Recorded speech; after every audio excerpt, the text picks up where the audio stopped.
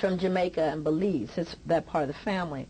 And we had an occasion where two relatives came to visit. One was my Aunt B. Aunt B, I loved Aunt B. She had a smile. She was rich, deep, dark chocolate, and always smiling, sweet, quiet. With her was either, I don't even know who the woman was. I know she's a relative, but because of what happened in the house, I didn't get her name. Okay, she was a fair-skinned woman, and she was related, cousin, something. So she came with Aunt B. She had just come to visit us in Los Angeles. I was a small child. So she would favor me because I was the lighter complexioned child. Now, my daddy's checking this out. Now, remember, my daddy does not play. Now, my mother knows my father, so she's looking at my father. And my father's getting a little warm about how she's saying, oh, I could take her back with me, and she could kind of favoring me. And so, of course, my dad distanced me from her immediately. And I was just a kid. I didn't know what was going on. But my father and mother knew. And my mother's trying to smooth things out because she knows my dad. And finally, this woman started to tell my Aunt B, rich chocolate Aunt B, get me my slippers, B. I need a glass of water. By the third time she said something, my father said, oh, B, don't get up. And B goes, oh, no, that's okay. It's the way. He goes, it's not the way in my house. So now this woman who gets in a huff because she's used to being privileged, you see. She said, well, no, this is, how dare you? My father goes, B, don't you get up and get her another thing. This is what he tells her. At this point, my mother's crying because she knows where it's going. Okay, my mother knows. She's just quiet, but she's crying because she knows my father, it's all over. So the woman further engages my father and confronts him. Father's very quiet, doesn't say anything, gets up and just leaves the room. Now, my mother, she just is like, because she knows where it's going. We don't see my father for quite a while, but there's a lot of tension in the room. Aunt B is tense, my mother, I'm tense because everybody else is tense. I don't know what's going on. My father comes out with all of her bags, her suitcases, her little purse, whatever little stuff she had, opens the front door, puts them on the front porch, quietly walks over to her, grabs her by the arm, and pushes her and all her stuff out of the door and locks it. There's nothing like subtlety. That was it. Never saw her again. And my mother's crying, wailing. Oh, because my. She don't know how. Aunt B was here on the inside. The other woman was on the other side of the door. He goes, she can't. In the telling, you reveal a lot about the chemistry between your parents. Oh, yes. They were on the same page. Well, no, not really, because my mother really would have preferred to somehow, let's mediate this. Let's find a, and see, my father was he saw what was happening, and there was no fixing it. My mother would have preferred, let's sit down, Oscar, let's talk about it. Perhaps we can help them understand how we function in the house. My mother would have preferred that. My father, cut to the chase, you're out. We're done.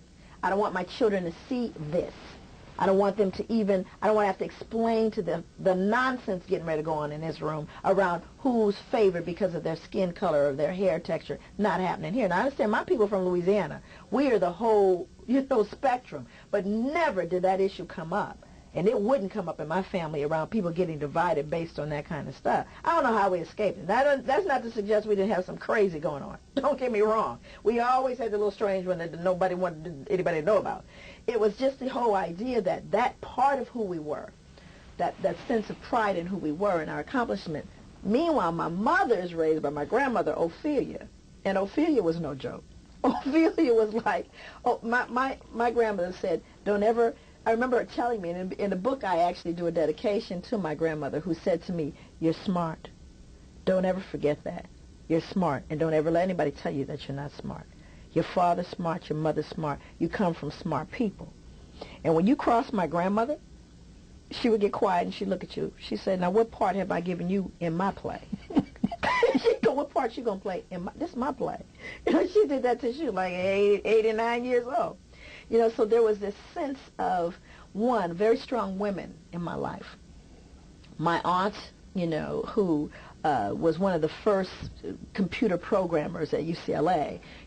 I had folks that knew who they were and were clear and had high expectations of me from the time I was small. Meanwhile, my high school guidance counselor, a middle-aged white woman, told me I wasn't college material and I shouldn't even try.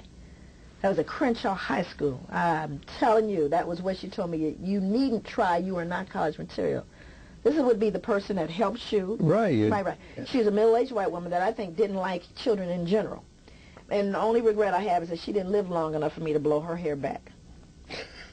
But, you know, the point is that I had, and I want to make a real point about that. While you talk about the inner city urban, you're looking at what, and I would recommend that people look at the ACE study, Adverse Childhood Experiences, clearly coupled with a very, very intense history that built and created resilience as well as some non-positive adaptive behavior. You have all these issues of adverse childhood experiences, one parent, incarceration, mental illness, all of these things, right? But what we don't speak about is what are the protective factors? How important is it for someone to tell you you're beautiful? For someone to tell you I love you, to put that arm around the shoulder and say no matter what battlefield of racism, discrimination, or oppression you will face out there, we have your back. No one talks about how that mediates some of those negative things, because if it didn't, we wouldn't be here today, you and I, Gil. We wouldn't be here if there weren't those protections, those resiliency factors that we have always had as a people, that we're somehow not seeing or hearing or talking about, because they're still there. It's not like they're all gone. But we got to remember that disintegration. Add a little crack to that. We're not talking about I can drink you under the table. We're talking about crack, crystal meth, heroin. Those are the kind of things that are the other layers on already numerous layers that have been unaddressed. Time is not an ally, so in closing, can you tell me a little bit about what seemed obvious, the need to institutionalize this momentum that you've generated and the enormity of its scope? It's more than any lecture or speech series can, you know, even a book is not adequate. No, it isn't. It should be a part of curriculum. And if for no one else's curriculum, ours. This legacy that we share as African people, as Africans throughout the diaspora, is a legacy that should be taught. It is a legacy that must be addressed by us. And it must be something that we look at very deliberately and that we tease out what are the strengths and what are the debilitating parts of it. And more importantly, to begin to do the research, to look at it specifically, to learn how to struggle well. We started there. I struggle well. I struggle like everyone else, but I try to teach people how to struggle well. How do you argue? How do you deal with stress? How do you deal with crises? You see, you learn that from everything in your environment, and you perpetuate it because the crisis is coming. It's showing up, but joy comes in the morning. And you have to believe that and understand what are the tools that I can teach and I can give to people to navigate what is surely to be a difficult course.